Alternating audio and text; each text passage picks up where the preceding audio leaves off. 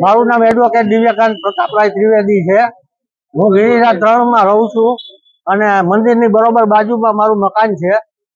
હવે રાજરાજેશ્વર મહામંદિર છે એની બાજુમાં જો કચરાના વ્યવસ્થા આ લોકો કરવામાં આવતા હોય તો પછી મંદિરની વ્યવસ્થા વિખાઈ જશે અને સાથે સાથે 10,000 માણસો અહીંયા રહે છે।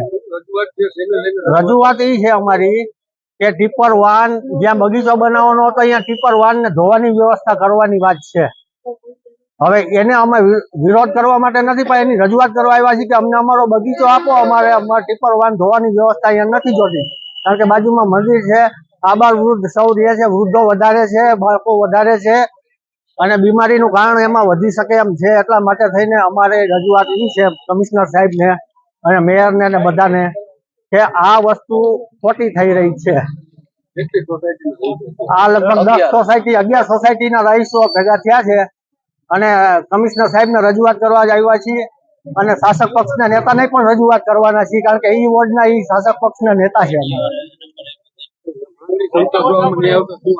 માંગણી સંતોષવામાં નહીં આવે તો એના પછી અમે નક્કી કરી અને શું આ વ્યવસ્થા કરવી એ બધા નક્કી કરીને જણાવવામાં આવશે, પણ વિશ્વાસ છે કે થઈ જશે।